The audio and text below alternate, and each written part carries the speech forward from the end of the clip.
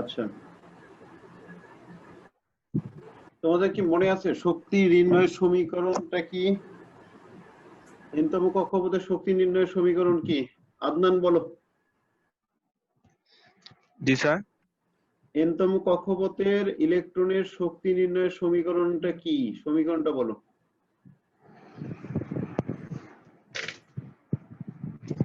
EN এর সমীকরণ বলো। মানে স্যার ওই যে ওই সূত্রটা যে ওই যে জানি ওই যে M V square equal to Z square আর ওইটা না না না, ওটা কেন রে? এনতম কক্ষপথের ইলেকট্রনের শক্তি নির্ণয়ের যে সমীকরণটা আছে, কে বলতে পারবে বলো? মানে sir minus E N minus E N equal minus minus E one Z একজন বলো। Divided by N square. Minus E one না, ইওয়ান বললে শুধু ইওয়ান। ইওয়ান শুধু ইওয়ান ইনটু জেড স্কয়ার বা N square. Z square divided by N N square. Square কারণ মানটা প্রথম শক্তিস্থ মানটা তো নিয়ে আসতে যাচ্ছে। হ্যাঁ হ্যাঁ, ইওয়ান এর মানটা কত? মাইনাস মাইনাস 2.176 ইনটু 10 গুণন inverse 10 to the 11। Power minus 11। Okay, একক কি? আর্গ একক হচ্ছে erg. 10 to the power minus 11 erg. Okay, এখন পুরো সমীকরণটা বলো, কে বলতে পারবো? আমি পারবো স্যার। বলো। -2 pi square m e to the power 4 z square divided by h square n square. m e to the power 4 m z square e to the power 4 z square e to the power 4 divided by n square square h square. h square। আচ্ছা আচ্ছা, রাইটে বলো দেখি। এখানে যে আমরা বিভিন্ন টার্মগুলোর মান বসাবো, যেমন এইচ এর মান, তারপর কি এম এর মান, এগুলো কোন সিস্টেমে বসাতে হবে, কোন এককগুলো ইউজ করতে হবে? স্যার সিজিএস একক। সিজিএস একক কেন মনে আছে? কারণ স্যার ওই যে প্রথমে সমীকরণে একটা যে কি যেন বলে কুলম্বের ধ্রুবক একটা মান ছিল যেটা সিজিএস এ ছিল। কুলম্বের ধ্রুবকের মান আমরা কি সিজিএস সিস্টেমে এখানে সিজিএস এ নিয়েছিলাম। ওকে, আমরা উপরেরটাই ইউজ করব। তো সবাই দেখো, এখানে একটা ম্যাথ দেয়া আছে। ম্যাথটা কিভাবে করব? এখানে বলা হচ্ছে হাইড্রোজেন পরমাণুর দ্বিতীয় শক্তি স্তরের কোন ইলেকট্রনের শক্তি কত হবে? তৃতীয় শক্তি স্তরের কোন ইলেকট্রনের শক্তি কত হবে? তাহলে কিভাবে বের করব আমরা? তো এখানে E1 তো জানাই আছে, Z এর মান কত?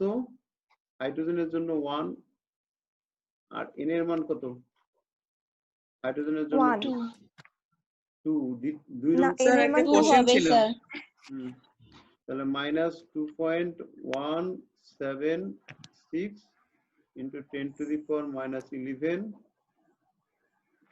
into কি z এর মান হচ্ছে 1 স্কয়ার মানে 1, আর n এর মান 2 স্কয়ার মানে কি 4। তাহলে ক্যালকুলেশন করলে যা আসবে সেটাই মান কত আসে? -5.44 into 10 inverse 12 সম্ভবত। 5.44 -5.44 গুণন 10 to the power -12 10 to the power -12 arch. এটা কাজ দেওয়া ছিল মনে হয়, বুঝছি আর কি। হ্যাঁ, এটার একক কি হবে? আর্ক। আচ্ছা, এখান থেকে আমি জাস্ট একটা বিষয় বুঝাইতে চাচ্ছি। আচ্ছা, প্রথম শক্তি স্তরের হাইড্রোজেনের প্রথম শক্তি স্তরের ইলেকট্রনের শক্তির মানটা হচ্ছে, দেখো, -2.176 into 10 to the power -11 erg. আর দ্বিতীয় শক্তি স্তরের মানটা বড় না কম? ছোট? বড় না না ছোট না স্যার কম। ছোট ছোট ছোট স্যার। মানটা বড়, খেয়াল করো। আচ্ছা, -5 বড় না -4 বড়? -4 -4 -4 এই মানটাকে দ্বিতীয় শক্তি স্তরের ইলেকট্রনের শক্তির মান অবশ্যই বেশি হবে।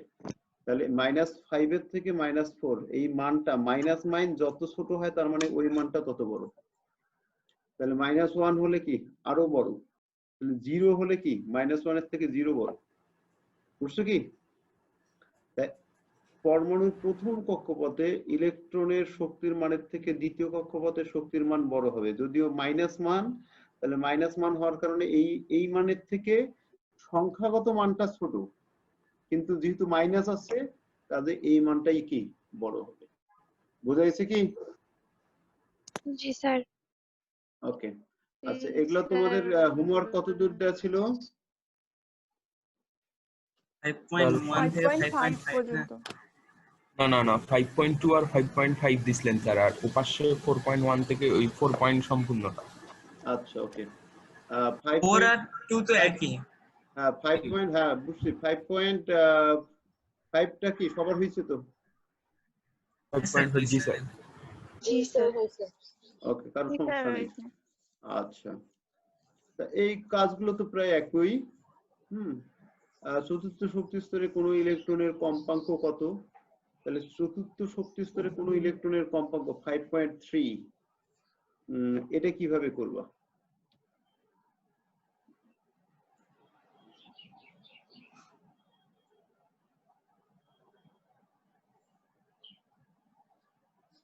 আচ্ছা, চতুর্থ শক্তি স্তরে ইলেকট্রনের কম্পাঙ্ক যদি আমরা বের করতে চাই কি লাগবে?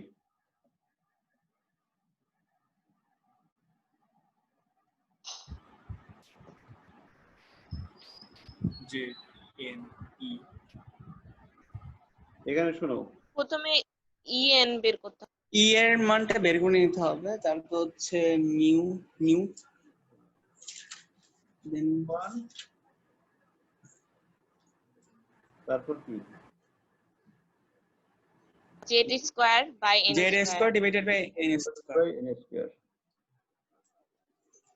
তাহলে মানটা হচ্ছে E1 এর মানটা হচ্ছে -2.176 into 10 to the power -11। আচ্ছা, ইনটু z এর মান কত? আচ্ছা স্যার, যদি আমরা হচ্ছে ব্যাসার্ধ দিয়ে বের করি অঙ্কটা। আসতেছি। 2 এর উপরে এটা কি হাইড্রোজেন, হিলিয়াম? তাহলে 2 এর হিলিয়াম। এর মানে কি 4 হবে উপরে, আর ডিভাইডেড বাই চতুর্থ 16 হচ্ছে কি 16। আচ্ছা, ক্যালকুলেশন করে মানটা বলো। -5.44 into 10 to the power -12 hours। 5 point কত? 44 44 into 5.44 into 10 inverse 12। 12 একই মান আসলো। আচ্ছা, এত কি? আর্ক এখন আসুন এই শক্তি থেকে আমরা কিভাবে E সমান কি? এইচ নিউ জানা আছে, তাহলে নিউ সমান কি? H divided by ই ভাগ H. E E by H। Sir E ভাগ এইচ না? স্যার এখানে E by H। রাইট। তো that by এইভাবে 6। আমরা বের করতে পারবো, তাই না? জি স্যার। H এর প্লাঙ্কের ধ্রুবকের মানটা হচ্ছে কি? সিজিএস সিস্টেমে বসাবো 6.626 into 10 inverse 27 -27, এটা বসাতে হবে। ওকে, পারবো সবাই। ওকে, আর তাহলে একদম স্যার মান বেরটা গুলো ব্যাসার্ধ নির্ণয় করে বেগ নির্ণয় করে করা যাবে এখানে। আচ্ছা, কম্পাঙ্ক বের করতে হবে না?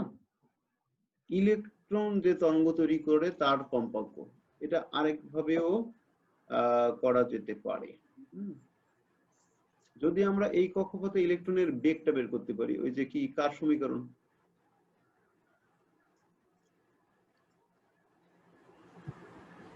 mv। এটা ইলেকট্রনের তরঙ্গ দৈর্ঘ্য বের হয় না? স্যার আমার এখানে একটা সমস্যা হচ্ছে। কি সমস্যা? স্যার এখানে গাণিতিক সমস্যা 5 এ আটকে আছে কেন জানি, আপনি কি আগাইছেন আরো? 5.4, হ্যাঁ আগায় যাচ্ছি তো। আচ্ছা দাঁড়াও, স্ক্রিনশটটা আবার দেই। স্যার এখানে আটকে আছে। আচ্ছা বুঝছিস। লিভ নিয়ে নিলে আরেকবার জর্ডান কনকো নিক প্রবলেম হতে পারে।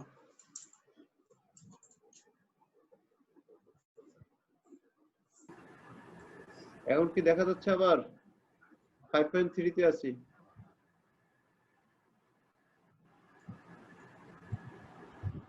একটু বলো।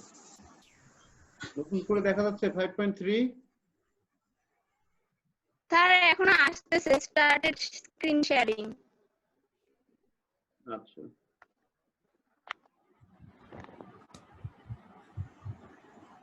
নেট স্লো মনে হচ্ছে তোমার। আচ্ছা, হ্যাঁ স্যার, ওর নেটওয়ার্কের প্রবলেম হচ্ছে। হুম কথা স্পষ্ট শোনা যাচ্ছে না স্যার। এখন কি শোনা যাচ্ছে? আচ্ছা দেখো, স্যার শোনা তো যাচ্ছে কিন্তু আসতেছে না। কেন এমন হচ্ছে? কথা মনে ভাইব্রেশন করতেছে, নেটের প্রবলেম। নেটের প্রবলেম হলো সম্ভবত, কথাও কাটে কাটে ওটা আসতেছে। স্যার তার নেটের রাইসা, প্রবলেম। বাইরে বের হ, বাইরে বের হ। আচ্ছা, যে জায়গাতে তোমার হচ্ছে নেটওয়ার্কের সমস্যা নেই সেরকম একটা প্লেসে যাও। ওই রুমে হয়তো বা হচ্ছে কি আর নেটওয়ার্কের সমস্যা হতে পারে। যাই হোক, ল্যামডা সমান সমান h ডিভাইডেড বাই কি mv। এখন যদি আমরা ভি এর মান জানি, ইলেকট্রনের ভরের মান জানা আছে, তারপর কি প্লাঙ্কের ধ্রুবকের মান জানা আছে, তাহলে ভি এর মান বের করতে পারলে আমরা ল্যামডা বের করতে পারবো। আর ল্যামডা থেকে কিন্তু হচ্ছে কি কম্পাঙ্ক বের করা যাবে না। এখানে একটা বিষয় তোমাদেরকে বলে দেই, না যাবে, তাহলে এখানে ভি সমান সমান কি ওই যে নিউ ল্যামডা আছে না, এখানে সি বসাবো না, আমরা আলোর বেগ বসাবো না। আলোর বেগ বসালে এখানে মানটা কিন্তু ভুল হবে, এটা মাথায় রাখবে। আলোর বেগ কিন্তু নয়, এটা কার বেগ? এখানে ভিটা হচ্ছে কি ইলেকট্রনের বেগ। নয়, ইলেকট্রনের বেগ। ইলেকট্রনের বেগ বসাতে হবে। এখন কোন কক্ষপথে ইলেকট্রনের বেগ নির্ণয়ের সমীকরণটা আমরা দেখি, এটা আমরা কিভাবে বের করতে পারি। আমাদের জানা আছে আর এর সাহায্যে যে কি এম ভি আর সমান সমান NH divided 2 pi. এই সমীকরণে আমরা আর এর মানটা কি যদি বসায় দেই তাহলে কি পাবো? এম ভি আর হচ্ছে কত মানটা? n square s square divided by কি 4 pi square mz e square e square. আর সমান সমান কি nh ডিভাইডেড বাই কি টুয়াইস পাই। আচ্ছা দেখো, এখানকার এই m আর এই m কি ক্যান্সেল হয়ে যাবে। ভি সমান সমান কি থাকবে? দেখো এখানকার একটা n একটা n ক্যান্সেল, h আর একটা h ক্যান্সেল, উপরে থেকে nh। আর এখানকার 2 আর এইখানকার কি 4 ক্যান্সেল হলে থাকে 2, পাই আর পাই স্কয়ার ক্যান্সেল হলে থাকে পাই। তাহলে নিচে থাকতেছে কি 2 পাই জেড ই স্কয়ার, উপরে হচ্ছে nh, উপরে nh। আর এই পাশে থাকতেছে 1। তাহলে এগুলোকে যদি এই পাশে নিয়ে আসি থাকে কি 2 পাই জেড ই স্কয়ার উপরে চলে যাবে, আর নিচে কি থাকে nh। তাহলে এটাই হচ্ছে কোন কক্ষপথের ইলেকট্রনের বেগ নির্ণয়ের সমীকরণ। কোন কক্ষপথের ইলেকট্রনের বেগ নির্ণয়ের সমীকরণ। তাহলে এটা মাথায় রাখবা, ভি এন সমান সমান হচ্ছে twice pi Z e square divided by NH. এটা হচ্ছে কোন কক্ষপথে ইলেকট্রনের বেগ নির্ণয়ের সমীকরণ। তাহলে এখান থেকে আমরা বেগ নির্ণয় করব। এটা চতুর্থ শক্তি স্তরের ইলেকট্রনের বেগ, তাহলে এখানে এন এর মান 4 বসবে, এইচ জেড এগুলা হিলিয়ামের ক্ষেত্রে এন জেড এর মান 2, এগুলো বসায় দিয়ে ক্যালকুলেশন করব আমরা। ক্যালকুলেশন করার পর যে মানটা আসবে সেটা এখানে বসালে কি হবে, ল্যামডার মান পাবো। ল্যামডার মানটা এখানে বসাই দিলে আর ভি এর মান বসাই দিলে আমরা কি পাবো? অথবা এত কিছু করার দরকার নেই। স্যার আমার তো এখনো আসে নাই। এখনো আসে নাই? কি সমস্যা? তুমি লিভ নাও। না স্যার এখনো এই তুই নেটটা বন্ধ করে আবার চালু কর তো। অথবা তুমি লিভ নিয়ে আবার জয়েন করো, ঠিক আছে? লিভ নেওয়ার বিষয়টা শিখে নাও। আচ্ছা ঠিক। হ্যাঁ আচ্ছা, আরেকবার দেখি তোমাকে শেয়ার দিই।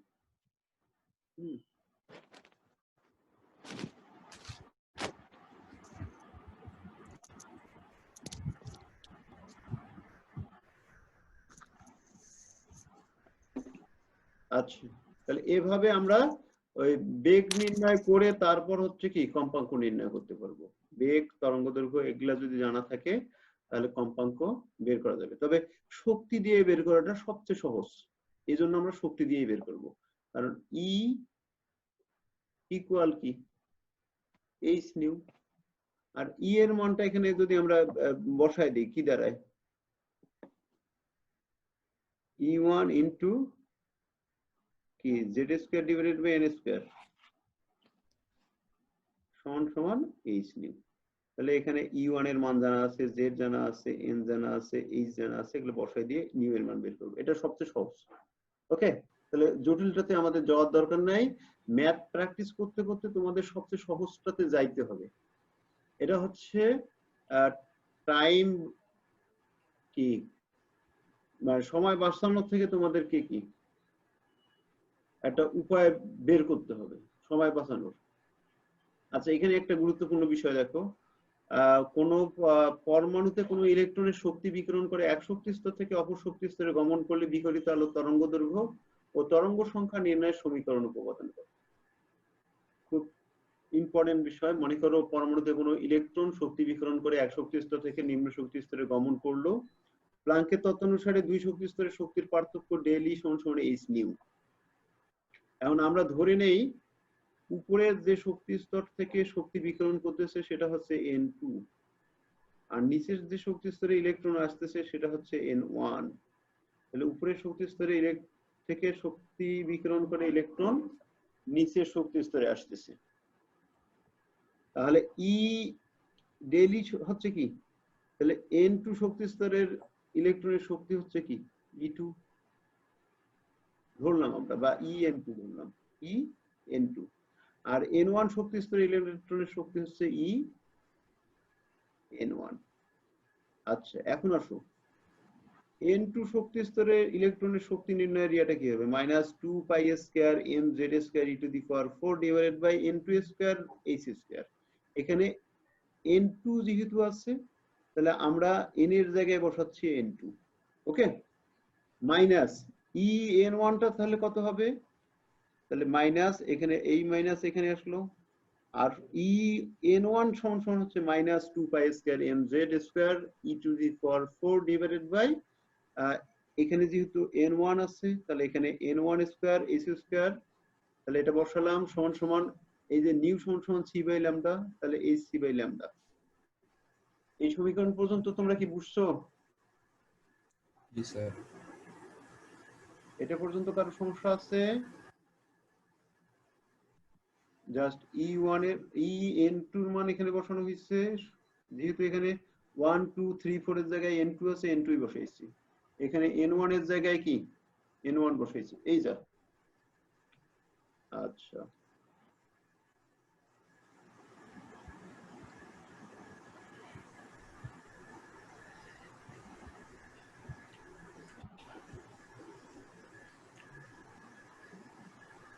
আচ্ছা সবাই দেখো এখানে কি হচ্ছে, এই c বাই ল্যামডাটাকে এই পাশে নিয়ে আসছি, আর এখানে দেখো এই মাইনাসে মাইনাসে কি হয়ে যায় প্লাস, মাইনাসে মাইনাসে প্লাস। তো এখন এখানে একটা বিষয় হচ্ছে এখানে 2 pi square m z square e to the power 4 divided by h square, এই টার্মটা কিন্তু কমন উভয় সমীকরণে, এখানেও তাই আছে, এটা কমন। তাহলে এটা কমন নিলাম, এই প্লাসটাকে আগে লিখছি, তাহলে এইখানে কি থাকে, এইখানে 1 বাই কি থাকবে N1 স্কয়ার। একবার তোমাদের এটাকে একটু সাজাই দেই, hc ডিভাইডেড বাই কি ল্যামডা সমান সমান কি, এটা মনে করো মাইনাস এই লিখলাম, তো মাইনাসটাকে পরে লিখতেছি আর প্লাসটাকে আগে লিখতেছি। তাহলে 2 pi square m z square e to the power 4 divided by N1 square h square. তাহলে এই অংশটা আমরা আগে লিখলাম, ওকে, আর এটা পরে লিখতেছি minus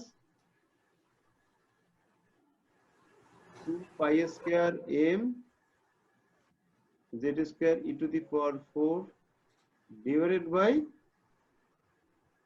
n2 square h square. এখন আসুন আমরা যদি এই দুইটা পদ থেকে 2 pi square mz square e to the power 4 divided by, এইখানে কিন্তু এটা হবে না, এটা ভুল। এটা হবে না, তাহলে h স্কয়ার এই অংশটা কমন নিয়েছি। তাহলে কমন নিলে এখানে কি থাকে 1 by n1 square, 1 by n1 square minus কি, এইখানে যদি এটা কমন যায় থাকে কি, এটা কমন যাচ্ছে, থাকতেছে কি 1 বাই n2 স্কয়ার। এটা কি বুঝছো তোমরা? এই সমীকরণ থেকে এটা কিভাবে আসলো? জি স্যার, বুঝতে পারছি। ওকে, এখন আসো যে এই সি দ্বারা উভয় সমীকরণকে ভাগ করতেছি। তাহলে এই সি দ্বারা যদি ভাগ করি, এই এসি আর নিচের এসি কাটা যাবে, থাকে 1 বাই ল্যামডা। আর এখানে যদি আমরা এসি দ্বারা ভাগ করি তাহলে নিচে কি হবে, এটা তো হবে না, এটা হবে না। তাহলে এই সি দ্বারা ভাগ করলে এখানে কি হচ্ছে, বা এই সিটাকে যদি এই পাশে নিয়ে আসি কি হয়ে যায়, এইচ আর এইচ স্কয়ার মিলে কি এইচ কিউব আর সি। তাহলে এখানে 2 pi square mz square e to the power 4 divided by h cube c, আর এখানে 1 by n1 square minus 1 by n2 square. এ পর্যন্ত বুঝছো সবাই?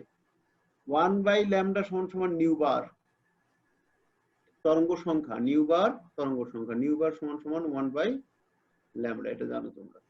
এখন দেখো 2 pi square mz square e to the power 4 divided by h cube c into 1 by n1 square minus 1 by n2 square. Okay, তাহলে nu বার সমান সমান কি, এই যে জেড বাদ দিয়ে পুরো অংশটাকে, জেড স্কয়ারটাকে বাদ দিয়ে বাকি সবগুলো ধ্রুবক, জেডটাকে কনস্ট্যান্ট চলক ধরতেছি আমরা। তাহলে আর এইচ জেড স্কয়ার এই সবগুলো মিলে আর এইচ, আর এইচ সমান সমান কোনটা হচ্ছে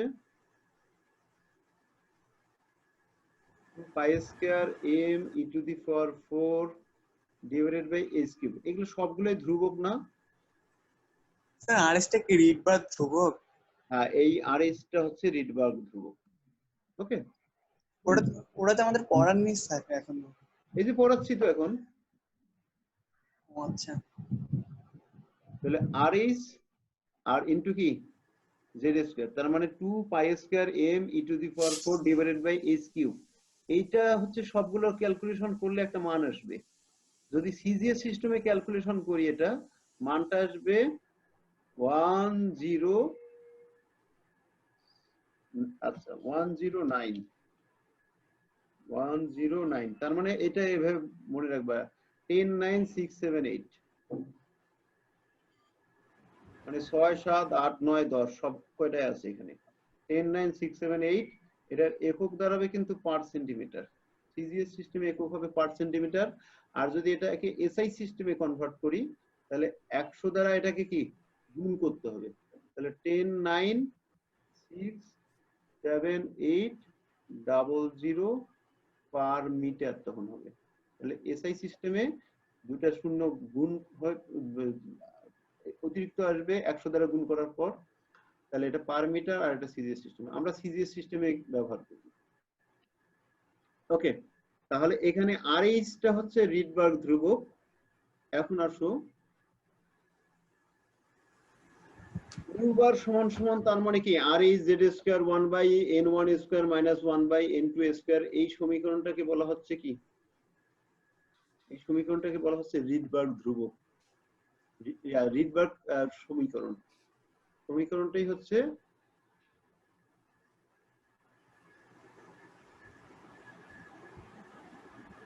রিডবার্গ সমীকরণ। ওকে, এই পর্যন্ত কারো কোনো সমস্যা? স্যার এখানে স্যার আরএস এর মানটা কি স্যার ওই যে উপরে যে লিখলে সেটাই? হ্যাঁ সেটাই 10 9 6 7 8, এই যে এটা 10 9 6 7 8 পার সেন্টিমিটার সিজিএস সিস্টেম। ঠিক আছে, আর এস সমান 2 pi square M E to the power 4 divided by S cube C. তাহলে এটা অত গুরুত্বপূর্ণ না। আর রিডবার্গ ধ্রুবকের মান এই যে এটা, এটা মনে রাখবা। ওকে, এটা এটা কি জানো লেখাটা কি? Rydberg constant. ভেঙে ভেঙে গেছে মনে হবে আলাদা। আচ্ছা, দেখ আমরা একটা সমীকরণ শিখলাম, দুটো সমীকরণ শিখলাম আজকে। একটা vn সমান সমান হচ্ছে কি 2 pi z e square divided by কি nh। তাহলে বেগের সমীকরণ একটা শিখছি, আর একটা হচ্ছে তরঙ্গ সংখ্যা, উপরের শক্তি স্তর থেকে ইলেকট্রন শক্তি বিকিরণ করে নিচের শক্তি স্তরে আসলে তরঙ্গ সংখ্যা, অথবা এইখানে নিউ বার সমান সমান 1 বাই ল্যামডা, এটা 1 বাই ল্যামডাও এই সমীকরণ, ল্যামডার মানও এই সমীকরণ থেকে বের করা যাবে। নিউ বার বের করা যাবে, ল্যামডার মানও বের করা যাবে। আর এই নিউ বার বা ল্যামডার মান বের করে বিকিরিত আলোর শক্তির মান বের করতে পারবো, তারপর বিকিরিত আলোর কম্পাঙ্ক বের করতে পারবো। গুরুত্বপূর্ণ একটা সমীকরণ। আচ্ছা, এই রিডবার্গ সমীকরণের সাহায্যে কি করা যায়? হাইড্রোজেন পরমাণুর বর্ণালী ব্যাখ্যা করা যায়। হাইড্রোজেন পরমাণুর বর্ণালী ব্যাখ্যা করা যায়। আচ্ছা, একটা হাইড্রোজেন পরমাণুতে ইলেকট্রন একটা থাকবে, কিন্তু বর্ণালী রেখা অনেকগুলো তৈরি হবে। হাইড্রোজেন পরমাণুতে একটা যদি ইলেকট্রন থাকে, একটা ইলেকট্রন থাকলেও হাইড্রোজেন পরমাণু যখন বর্ণালী তৈরি করব আমরা, অনেকগুলো বর্ণালী রেখা পাওয়া যাবে। এখন অনেকগুলো বর্ণালী রেখা পাওয়া যায় কেন, তার ব্যাখ্যা এখান থেকে শিখব।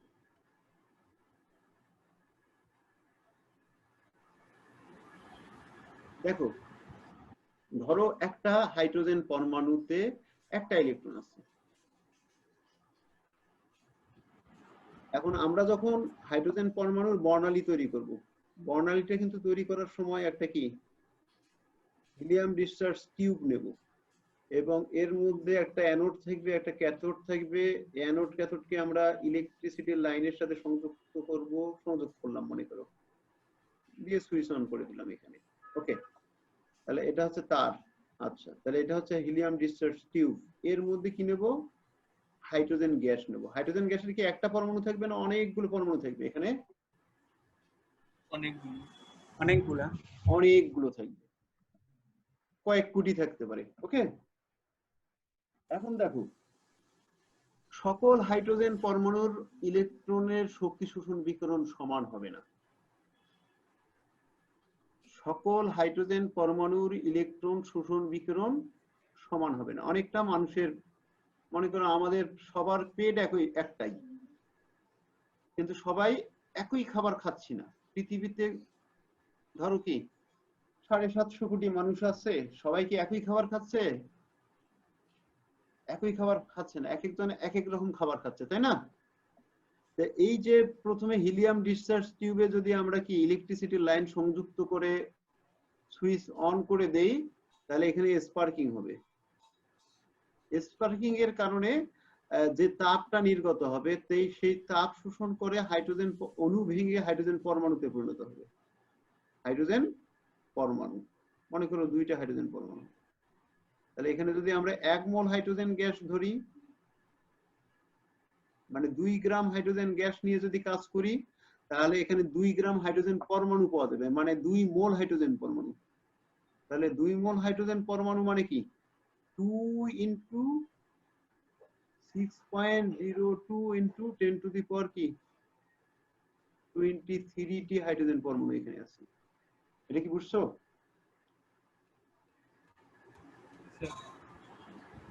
আচ্ছা, এখন খেয়াল করো, ওই হাইড্রোজেন এই হাইড্রোজেন পরমাণুগুলো আবার কি করবে? শক্তি শোষণ করবে। তাহলে ওই শক্তিকে আমরা কি এইচ নিউ ধরতেছি। শক্তি শোষণ করার পর হাইড্রোজেনের ইলেকট্রনটা আর 1 নং শক্তি স্তরে থাকবে না, উপরের শক্তি স্তরে যাবে, উপরের কোনো শক্তি স্তরে যাবে।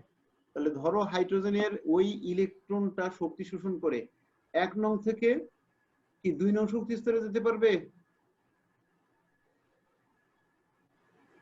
অথবা 1 নং থেকে 3 নং শক্তি স্তরে যেতে পারে, 4 নং শক্তি স্তরে যেতে পারে, 5 নং শক্তি স্তর, 6, 7, 8 যে কোনো শক্তি স্তরে যেতে পারে। হাইড্রোজেনের তো অসংখ্য শক্তি স্তর আছে।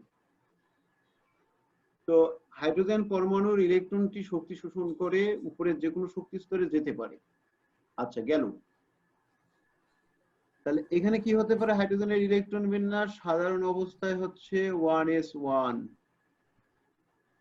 এটাকে বলা হয় সাধারণত ground state electronic configuration.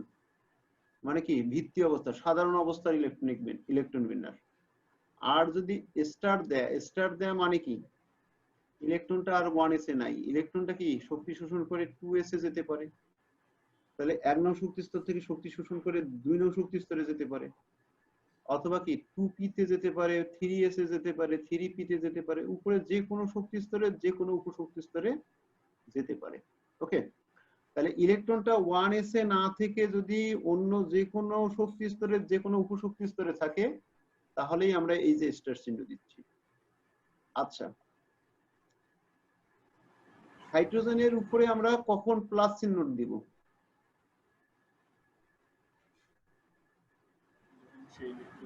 Maisha বলো দেখি। স্যার যখন সে একটা ইলেকট্রন ত্যাগ করবে, হ্যাঁ, মানে সে ইলেকট্রন শক্তি শোষণ করতে করতে মনে করো একবারে কি ইলেকট্রনের নিউক্লিয়াসের যে তড়িৎ ক্ষেত্র আছে, মানে নিউক্লিয়াসটা তার চারপাশে একটা এলাকা জুড়ে ইলেকট্রনকে আকর্ষণ করতে পারে, এটা হচ্ছে নিউক্লিয়াসের কি তড়িৎ ক্ষেত্র।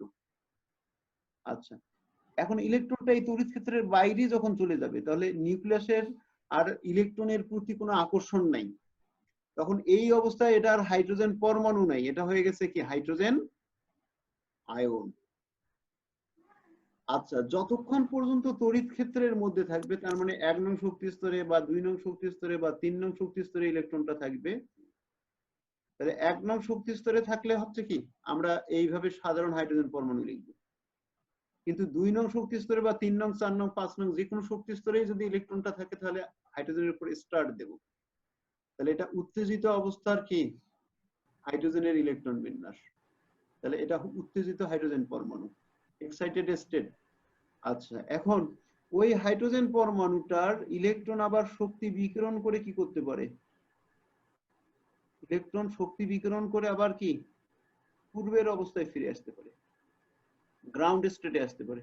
তাহলে এখানে এইচ লিখতেছি মানে এখানে হাইড্রোজেনের ইলেকট্রনটা আবার কি ওই 1 নং শক্তি 1s এই আছে, তাহলে উপরের যে কোনো শক্তি স্তর থেকে ইলেকট্রন শক্তি বিকিরণ করে যদি 1s এ আসে তাহলে হাইড্রোজেন পরমাণু, তার মানে এই হাইড্রোজেন উত্তেজিত অবস্থার ইলেকট্রনটি উপরের শক্তি স্তর থেকে শক্তি বিকিরণ করে নিচের শক্তি স্তরে আসছে, 1 নং শক্তি স্তরে আসছে, আর বিকিরিত আলোটাই আমাদের চোখে বর্ণ হিসেবে ধরা পড়বে, এটাই বর্ণালী সৃষ্টি করে। শোনো, শোষণের ফলে যে বর্ণালীটা হয় তাকে বলা হয় শোষণ বর্ণালী, আর শক্তি বিকিরণের ফলে যে বর্ণালীটা তৈরি হয় তাকে বলা হয় বিকিরণ বর্ণালী। তাহলে শোষণ বর্ণালী আর বিকিরণ বর্ণালী। পারমাণবিক বর্ণালী রেখা দুই প্রকার, পারমাণবিক বর্ণালী রেখা দুই প্রকার, একটা হচ্ছে কি শোষণ বর্ণালী আর একটা হচ্ছে কি বিকিরণ বর্ণালী। শোষণ আর বিকিরণ, ইমিশন এন্ড কি, ইমিশন হচ্ছে বিকিরণ আর অ্যাবজর্পশন মানে শোষণ, ইমিশন আর অ্যাবজর্পশন। ওকে, এখন আমাদের চিন্তা করো ওই যে হিলিয়াম ডিসচার্জ টিউবের মধ্যে হাইড্রোজেন পরমাণু কতগুলো ছিল? অসংখ্য হাইড্রোজেন পরমাণু ছিল, অসংখ্য। এখন চিন্তা করো ওখানে কয়েক কোটি হচ্ছে হাইড্রোজেন পরমাণু আছে, তার মধ্যে মনে করো কিছু হাইড্রোজেন পরমাণুর ইলেকট্রন শক্তি শোষণ করে 2 নং শক্তি স্তরে আসছে, ওরা আর শক্তি শোষণ করতে পারেনি, তাহলে ওদের ইলেকট্রনটা শক্তি বিকিরণ করে কি আবার 1 নং শক্তি স্তরেই ফিরে যাবে। কিছু হাইড্রোজেন পরমাণুর ক্ষেত্রে কি হতে পারে, 3 নং শক্তি স্তরে ইলেকট্রন শক্তি বিকিরণ করে আবার কি 1 নং শক্তি স্তরে ফিরে আসতে পারে। কিছু হাইড্রোজেন পরমাণুর ক্ষেত্রে এরকম হতে পারে 4 নং থেকে কি 1 নং এ ফিরে আসবে। কিছু হাইড্রোজেন পরমাণুর ক্ষেত্রে 5 নং থেকে 1 নং, 6 নং থেকে 1 নং, 7 নং থেকে 1 নং, 8 নং থেকে 1 নং, এরকম হতে পারে। এই বিষয়টা কি বুঝছো? তাসনিম, রাইসা, বুঝছো তোমরা? স্যার এই কথাটা একটু আবার বলেন তো। আচ্ছা, মনে করো আমরা কিন্তু এখানে একটা হাইড্রোজেন পরমাণুর জন্য শক্তি স্তর দেন, এটা সাধারণভাবে অসংখ্য পরমাণুর জন্য শক্তি স্তরগুলো। আচ্ছা, একটা হাইড্রোজেন পরমাণুর মনে করো ইলেকট্রন হিলিয়াম ডিসচার্জ টিউবে শক্তি শোষণ করে 1 নং থেকে 2 নং শক্তি স্তরে আসছিল, তাহলে এ কি করতে পারে কিছুক্ষণ পর শক্তি বিকিরণ করে আবার কি 1 নং শক্তি স্তরে ফিরে আসবে, হতে পারে না?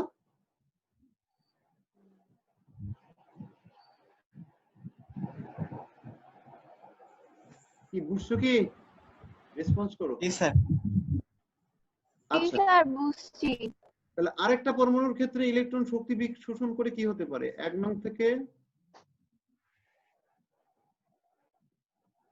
মনে করো 3 নং শক্তি স্তরে গেছে, আবার 3 নং শক্তি স্তর থেকে শক্তি বিকিরণ করে একে আসতেছে, হতে পারে না? তাহলে এরকম স্যার। অসংখ্য জি, স্যার। পরমাণু আছে। তাহলে কারো ক্ষেত্রে হবে কি 2 নং থেকে 1 নং এ আসবে, কারো ক্ষেত্রে 3 নং থেকে একে আসবে, কারো ক্ষেত্রে 4 নং থেকে একে আসবে। তাহলে এ কারণে 2 নং থেকে একে আসলে এক প্রকার কি বিকিরণ বর্ণালী পাবো, 3 নং থেকে একে আসলে আরেকটা বিকিরণ বর্ণালী রেখা পাবো, 4 নং থেকে একে আসলে আরেকটা বিকিরণ বর্ণালী রেখা পাবো। এটা কি বুঝছো তোমরা? তাহলে জি স্যার। জি স্যার। একটা ইলেকট্রন থাকলেও ওই ইলেকট্রন বিভিন্ন শক্তি স্তরে উত্তেজিত অবস্থায় থাকতে পারে, সেখান থেকে শক্তি বিকিরণ করে আবার কি 1 নং শক্তি স্তরে ফিরে আসলে যে বর্ণালী রেখাগুলো পাওয়া যায় তাদের নিয়ে যে সিরিজ, সেই সিরিজটাকে বলা হচ্ছে লাইম্যান সিরিজ। সিরিজের নাম কি? Lyman series.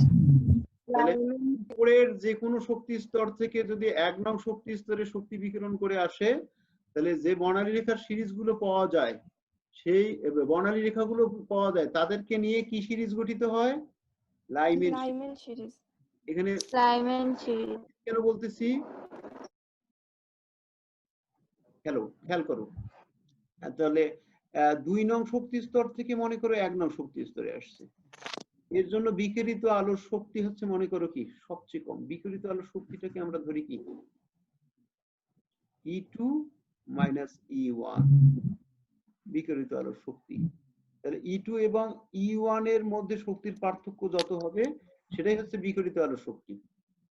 আর এখানে আরেকটা বর্ণালী রেখা আছে যে লাইম্যান সিরিজের দ্বিতীয়, এটা প্রথম বর্ণালী রেখা, তারপর দ্বিতীয় বর্ণালী রেখাটা কেন তৈরি হয়? 3 নং শক্তি স্তর থেকে ইলেকট্রন শক্তি বিকিরণ করে 1 নং শক্তি স্তরে ফিরে আসলে লাইম্যান সিরিজের দ্বিতীয় বর্ণালী রেখা। 4 নং শক্তি স্তরে থেকে 1 নং শক্তি স্তরে ফিরে আসলে লাইম্যান সিরিজের তৃতীয় বর্ণালী রেখা। 5 নং শক্তি স্তর থেকে 1 নং শক্তি স্তরে ফিরে আসলে লাইম্যান সিরিজের চতুর্থ বর্ণালী রেখা। 6 নং শক্তি স্তর থেকে শুরু করে 1 নং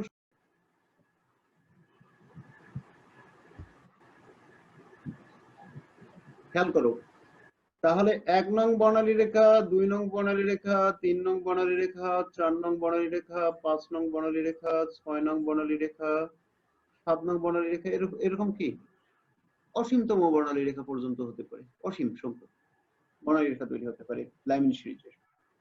তাহলে প্রথম বর্ণালী রেখার বিকিরিত আলোর শক্তি কি হবে? সবচেয়ে কম, কারণ 2 নং শক্তি স্তর আর 1 নং শক্তি স্তরের শক্তির পার্থক্য 3 নং শক্তি স্তর আর 1 নং শক্তি স্তরের শক্তির পার্থক্য অপেক্ষা কি কম হবে।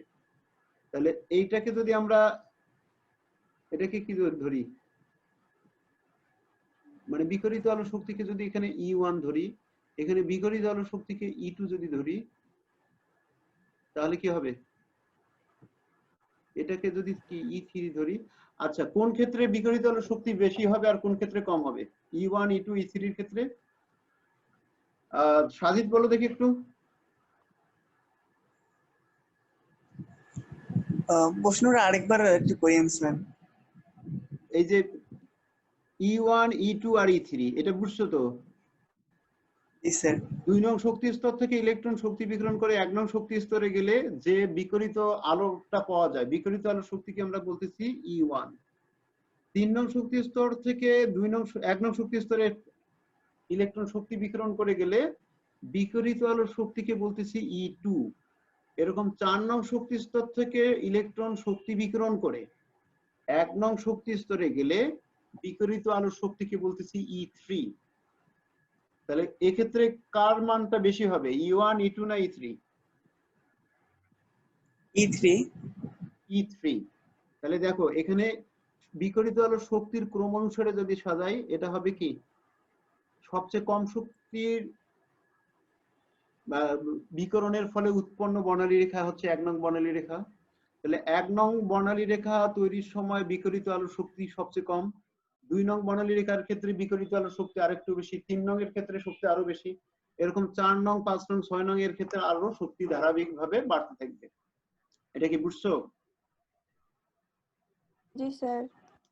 আচ্ছা, তাহলে জি এই স্যার। শক্তির ক্রম অনুসারে যদি বর্ণালী রেখাগুলোকে সাজিয়ে নেই, তাহলে বর্ণালী রেখার যে সিরিজ পাওয়া যায় সেটাই হচ্ছে লাইমেন সিরিজ। তাহলে এটা একটা সিরিজ তৈরি হয়ে গেল, বর্ণালী রেখার series.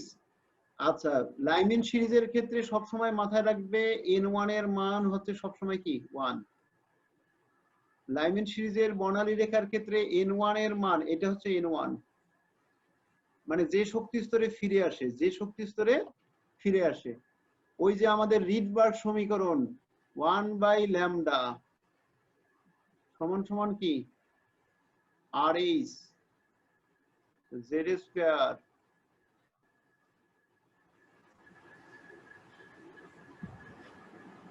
1/n1 square minus 1/n2 square. Okay, তো খেয়াল করো এখানে n1 এর মান 1, n1 এর মান 1, আর n2 এর মান কত?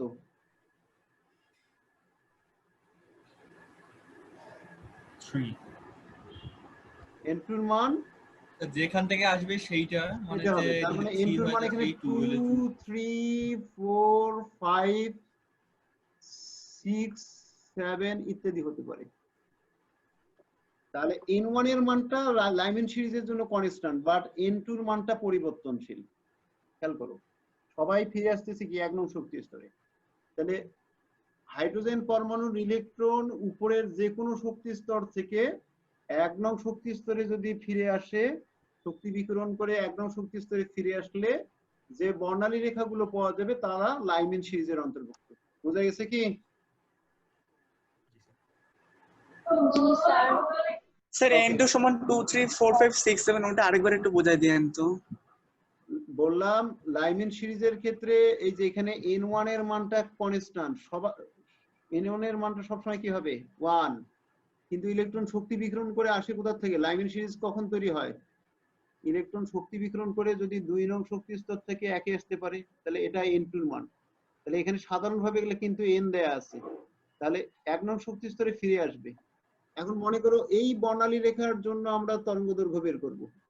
এটা কততম বর্ণালী রেখা? চতুর্থ বর্ণালী রেখা, বলা হচ্ছে লাইমেন সিরিজের চতুর্থ বর্ণালী রেখা। লাইমেন সিরিজের লাইমেন বা লাইমেন হতে পারে, সিরিজের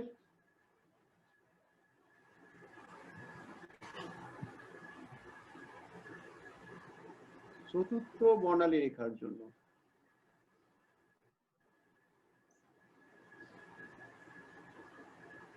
রেখার আর ক্ষেত্রে সৃষ্ট তরঙ্গ দৈর্ঘ্য কত? সৃষ্ট আচ্ছা তরঙ্গ দৈর্ঘ্য কত হবে? বিকিরিত আলোর তরঙ্গ দৈর্ঘ্য কত হবে সেটাই চাওয়া হচ্ছে। চতুর্থ বর্ণালী রেখাটা যখন তৈরি হয়েছে, আলো তো বিকিরণ করছে, এই বিকিরিত আলোর তরঙ্গ দৈর্ঘ্য কত? আমি সংক্ষেপে এটা লিখলাম। আচ্ছা, তাহলে কি করব আমরা? যে চতুর্থ বর্ণালী রেখা কি? চতুর্থ বর্ণালী রেখা এটা। তাহলে চতুর্থ বর্ণালী রেখার ক্ষেত্রে খেয়াল করো n1 সমান সমান কত? ওই 1, যেহেতু লাইমেন সিরিজের ক্ষেত্রে n1 টা কনস্ট্যান্ট 1। যে শক্তি স্তরে ফিরে আসে সেটা n1, আর যে শক্তি স্তর থেকে ফিরে আসে সেটা সবসময় n2। তাহলে চতুর্থ বর্ণালী রেখার জন্য ফিরে আসতেছে কোথা থেকে? n2 এর মান কত? n2 মানে এখানে 2 নং শক্তি স্তর না, n2 মানে উপরের যে কোনো শক্তি স্তর হতে পারে। মানে বুঝছি স্যার, এটা তাহলে n2 হচ্ছে 5। ওকে, তাহলে 1/λ সমান সমান আমরা জানি কত? ওই যে RH z স্কয়ার। z²। এখন হাইড্রোজেন পরমাণুর ক্ষেত্রে z এর মান 1, z লিখলাম না। অনেক সময় বইয়ে দেখবো যে z লেখা নেই। তাহলে n1 স্কয়ার মাইনাস কি n2 স্কয়ার। মানে স্যার অঙ্ক করার সময় যেটা বাদ দিব। লিখতেও পারো, নাও লিখতে পারো, সমস্যা নেই। তাহলে RH এর মান 10 9 6 7 8, আর n1 এর মান 1, তার মানে এটা 1/1 মানে 1, আর n2 এর মান 5 মানে 1/25। এটা ক্যালকুলেশন করে মান বলো। একবারে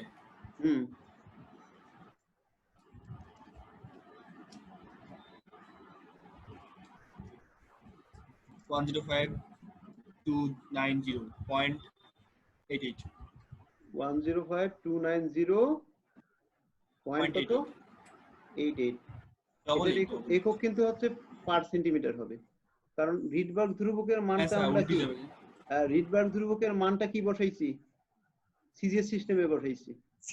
1 বাই ল্যামডা মানে কি, এটা তরঙ্গ দৈর্ঘ্য, তার মানে এটাই হচ্ছে বিকিরিত আলোর তরঙ্গ সংখ্যা, বিকিরিত আলোর তরঙ্গ সংখ্যা বের হয়ে গেছে। তরঙ্গ সংখ্যা মানে প্রতি সেন্টিমিটারে 10,529 সরি এটা কি 1,05,290টির মতো কি হয় তরঙ্গ উৎপন্ন হয় প্রতি সেন্টিমিটারে। তাহলে লাইমেন সিরিজের পঞ্চম বর্ণালী রেখার ক্ষেত্রে প্রতি সেন্টিমিটারে উৎপন্ন তরঙ্গ সংখ্যা হচ্ছে 1,05,290টি। বুঝা গেছে কি? দশমিকটা বাদ দিলাম, কারণ তরঙ্গ সংখ্যা তো আর ভগ্নাংশ হবে না, বা 91টি ধরতে পারি। ওকে, এটা কি বোঝা গেছে? আচ্ছা, ল্যামডার মান তাহলে কি করব? হ্যাঁ, ল্যামডার মান এটাকে উল্টায় দাও, ইনভার্ট দিব। কত আসে? 100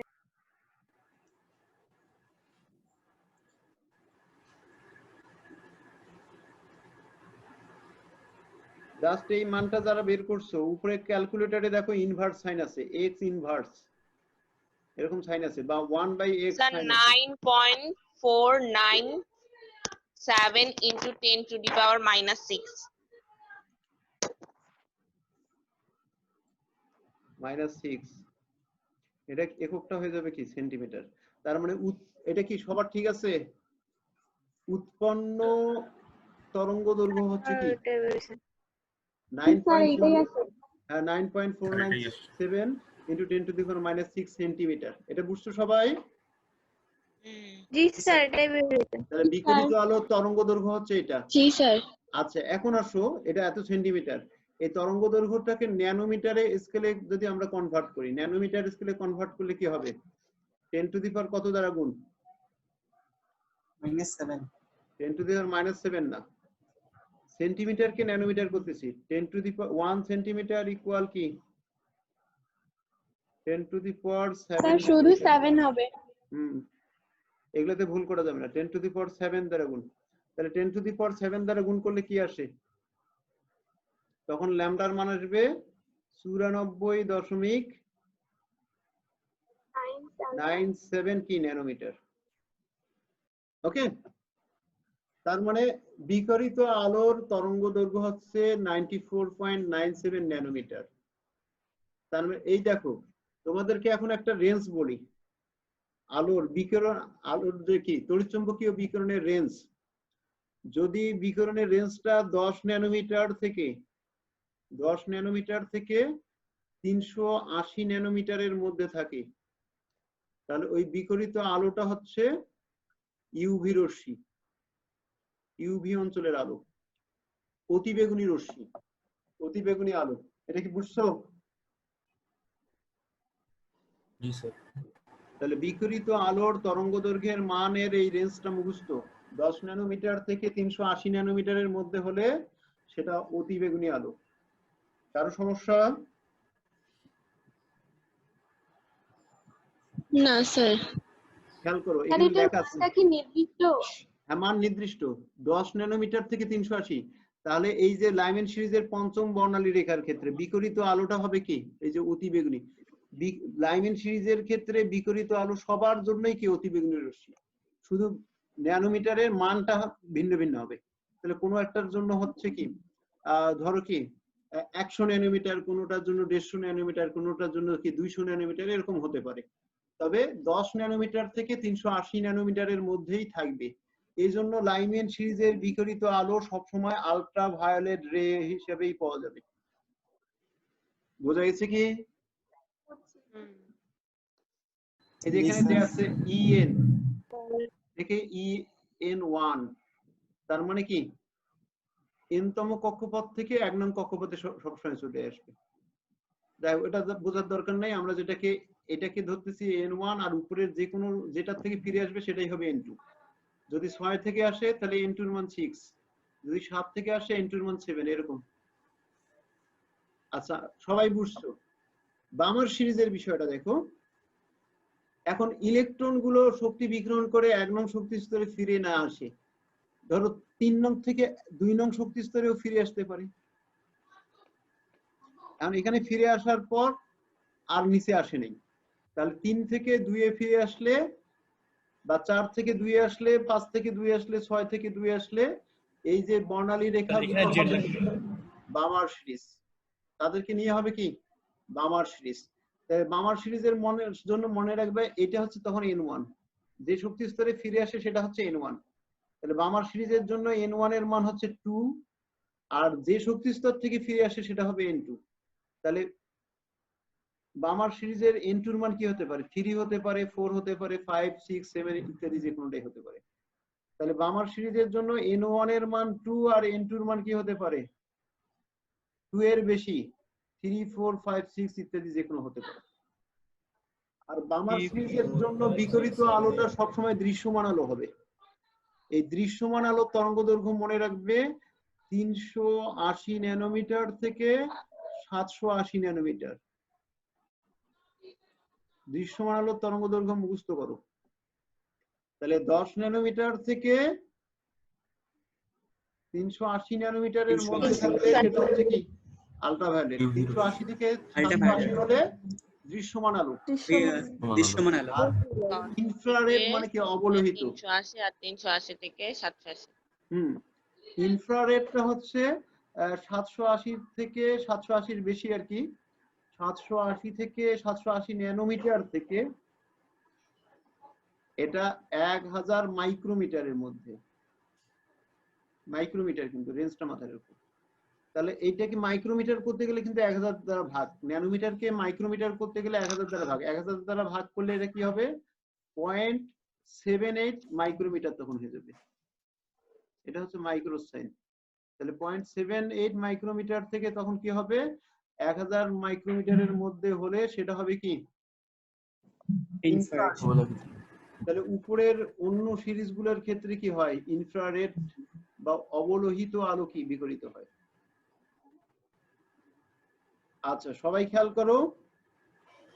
তাহলে যদি উপরের 4 নং শক্তি স্তরে 3 নং এ ফিরে আসে, 2 এ আসে নাই বা 1 এ আসে নাই, 3 এ ফিরে আসছে, তাহলে বর্ণালী রেখাটা কি হবে প্যাটার্সন সিরিজের অন্তর্ভুক্ত।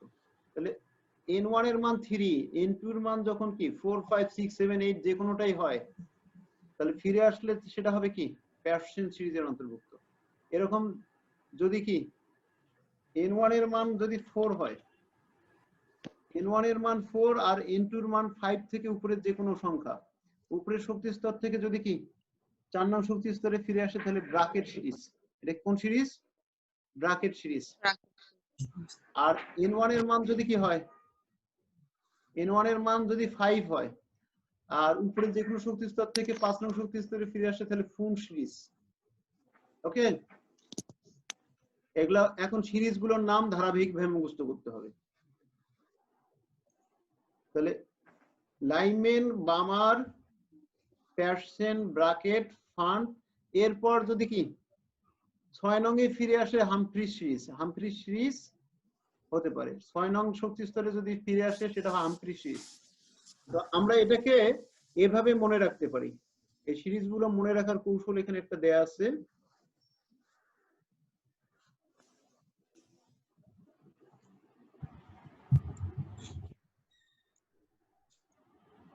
এই যে দেখো মনে রাখার কৌশল, লাইমেন বামার সিরিজের পাশে ব্রাকের ফান্ড হ্যায়। বাংলা ইংলিশ সবগুলোই, হিন্দি সব মেশাল, ঠিক আছে। এটা হচ্ছে লাইমেন সিরিজ, বামার সিরিজ, তারপর কি Patterson series, Brackett series, Pfund series, Humphreys series. এই যে ক্রিকেট সিরিজ হয় না, মনে করো লাইমেন নামে একজন স্পন্সর হয়েছে, বামার নামে একজন স্পন্সর হয়েছে, সিরিজের নাম হয়ে গেছে লাইমেন বামার সিরিজ।